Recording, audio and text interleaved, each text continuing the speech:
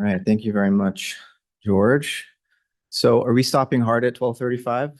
We started a little late, but okay. I want to make sure we have enough time for questions, but I'll try to keep my remarks as brief as possible. I've titled my remarks, "No Thinker Thinks Twice," on the attempt to catch Whitehead in the act of philosophizing. No thinker thinks twice, of course, is a line from Process and Reality. Whitehead adds that no subject experiences twice.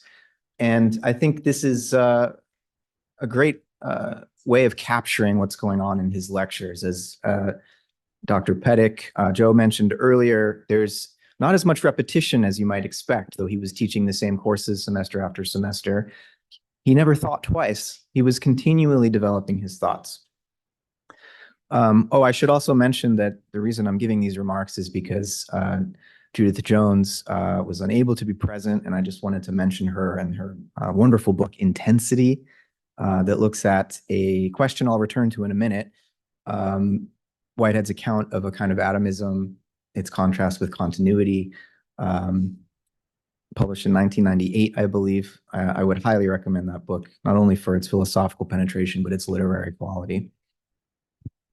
So in 1924, November 23rd, Whitehead wrote to his son North, quote, "I am gradually feeling my way into a metaphysical position, which I feel sure is the right way of looking at things." Feeling is very important for Whitehead. He was a logician, of course, but also emphasized and even made aesthetics the very basis of his philosophy, aesthetics as first philosophy, you could say.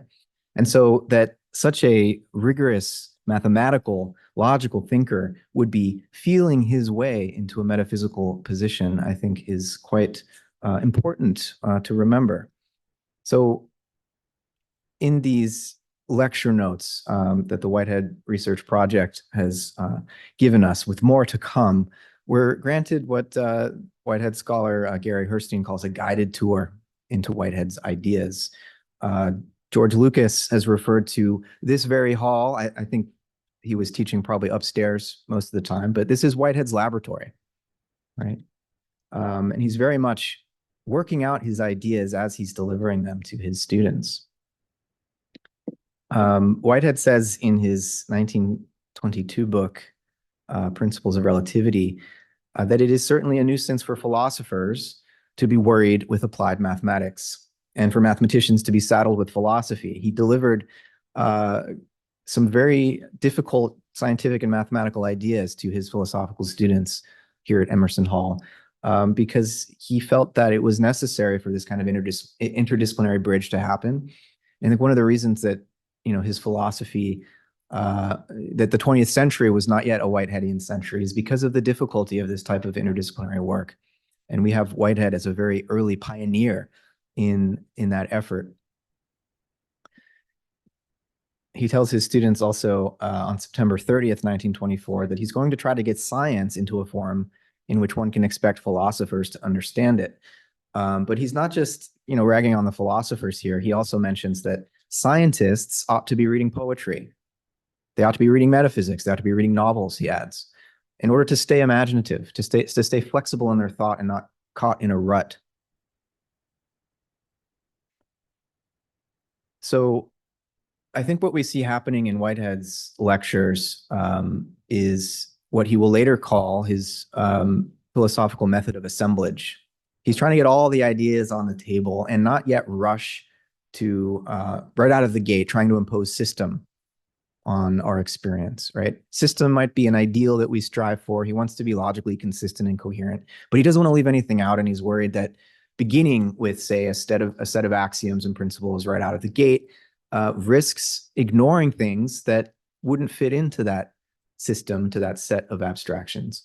And so I think what we see displayed in his lectures and his whole process of philosophizing here at Harvard is this method of assemblage, moving towards, of course, Process and Reality, which is his most systematic statement of the philosophy of organism. But then, by the time you get to Modes of Thought, where he introduces this idea of assemblage, that desire for system has kind of waned already. He's still thinking in terms of the same ideas, but he's very cautious and humble about the extent to which his philosophy of organism has finally captured everything. In this wonderful book that Joe Pettick has edited, Whitehead at Harvard, Ronnie Desmet notes that, I quote, "When new insights prompt Whitehead to change his tentative metaphysical synthesis, he does not simply turn his back on his preliminary design. He starts redesigning. He does not burn down his provisional conceptual network, but performs a careful reconceptualization to take into account what's new, what he has newly discovered, without loss of what already proved adequate." And so I think what we see happening here is how Whitehead's own process of philosophical discovery mirrors his account of the process of the concrescence of an actual occasion. Just as each newly arising occasion must inherit its past as the ground of obligation characterizing creativity, as he puts it in Process and Reality, Whitehead found it necessary to avoid demolishing the conceptual foundation he had already laid, choosing instead to remodel and redesign in light of any inconsistencies in pursuit of an always tentative sense of harmonious satisfaction. So even though no thinker thinks twice, conceptual coherence and experiential adequacy requires that we find some way of maintaining continuity with our past thoughts. As Josiah Royce might say, we're always in the present interpreting our past self to our present self, right? And I think Whitehead wouldn't want to jettison ideas he had discovered and articulated earlier. He comes up with a new idea and then he tests it against what he has already thought, adjusting as needed, and continuing to build in a creative advance.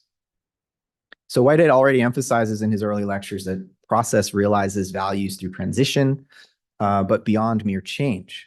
There must be retention or recurrence of value, he says.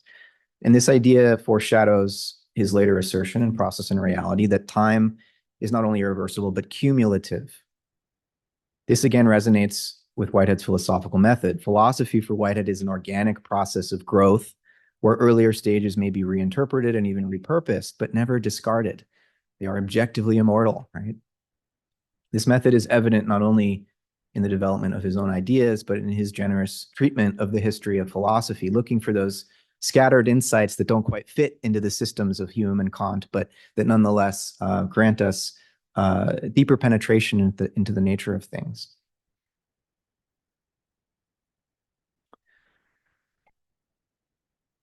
Whitehead, from the very start of his lectures here at Harvard 100 years ago, is emphasizing the importance of contrast when considering ideas that might at first seem in conflict with each other.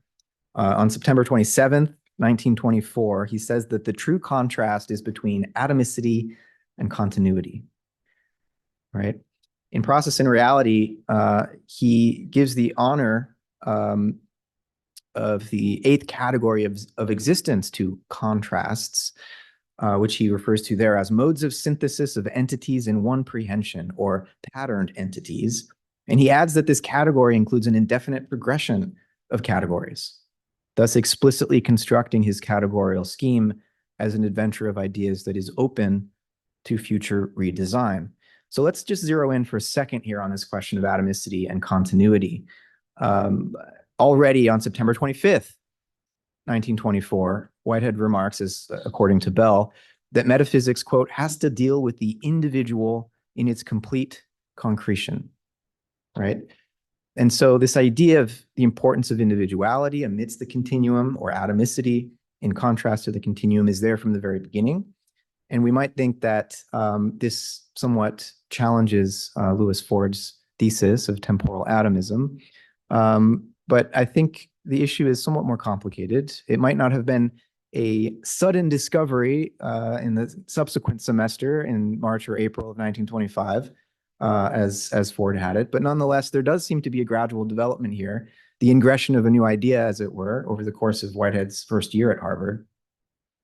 And we can note that a change must have occurred, as again, Ronnie Desmet suggests in his one of his chapters in Whitehead at Harvard. He points out that in 1920, in The Concept of Nature, Whitehead writes, quote, "There is no atomic structure of durations." That's page 59 of Concept of Nature. And then in 1925, after his first year, almost complete year at Harvard, in Science in the Modern World, Whitehead says that the process of becoming is quote, a sheer succession of epical durations. So clearly there's been a change here in his appreciation of the importance of the atomicity of becoming, which is a distinct issue, he notes, in the lecture notes at least, that this atomicity of becoming is distinct from the continuity of space-time. He's not saying space-time is discontinuous, but nonetheless, there are these epical durations. There is a becoming of continuity and not a continuity of becoming, as he would put it, in process and reality. Very technical issue I don't have time to get into here, but I'm just trying to work through this forward thesis of temporal atomism and see what sense can be made of it. So again, Ford may have been wrong about the suddenness of this discovery, but I think that it's clear that the idea of epical becoming did gradually ingress into Whitehead's imagination during his first year of Harvard lectures, as evidenced by the students' notes. But why is this important? And I think just a brief statement on that question. If there is only a continuity of becoming, then it becomes difficult to understand individual freedom. It becomes difficult to understand how it is that the decisions of individuals can play a role in the creation of the future. And this is true both of human individuals at the level of the psychological field as well as at the quantum level. There are real decisions being made, and the results of those decisions become objectively immortal and affect the future. And so, as Whitehead would say, the present is holy ground. We are constantly laying down the foundation upon which the future will build. Our decisions in the present will echo out as potentials to be taken up by subsequent occasions of experience. And so without some kind of individuation, moment by moment, we would not have any other way, I think, of understanding the nature of these decisions and human freedom or creativity at any scale in nature. So these ideas matter. And in the interest of making sure we have plenty of time to discuss what's been shared on this panel, I'm going to stop there and invite comments and questions from the audience. So thanks, everyone.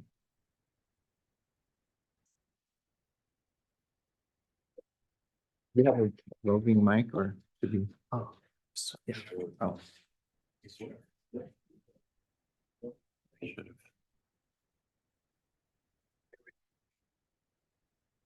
I see Randy first.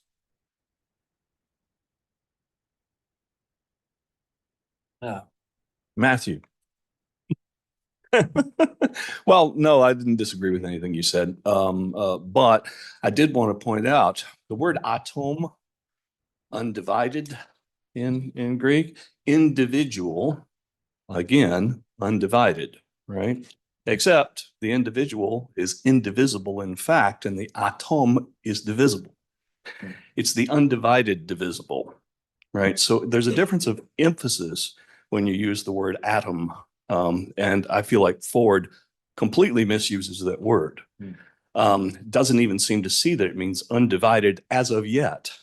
But individual really does mean indivisible, except in analysis, right? So the atoms do the dividing, the individuals do not. The individuals exist in continuity with not only their past, but also their contribution to the future. And one other thing, Royce said, the present self interprets the past self. To the future self. Yeah, you caught yourself. Okay, we do have a large online audience. I'm going to give them a shout out with a question.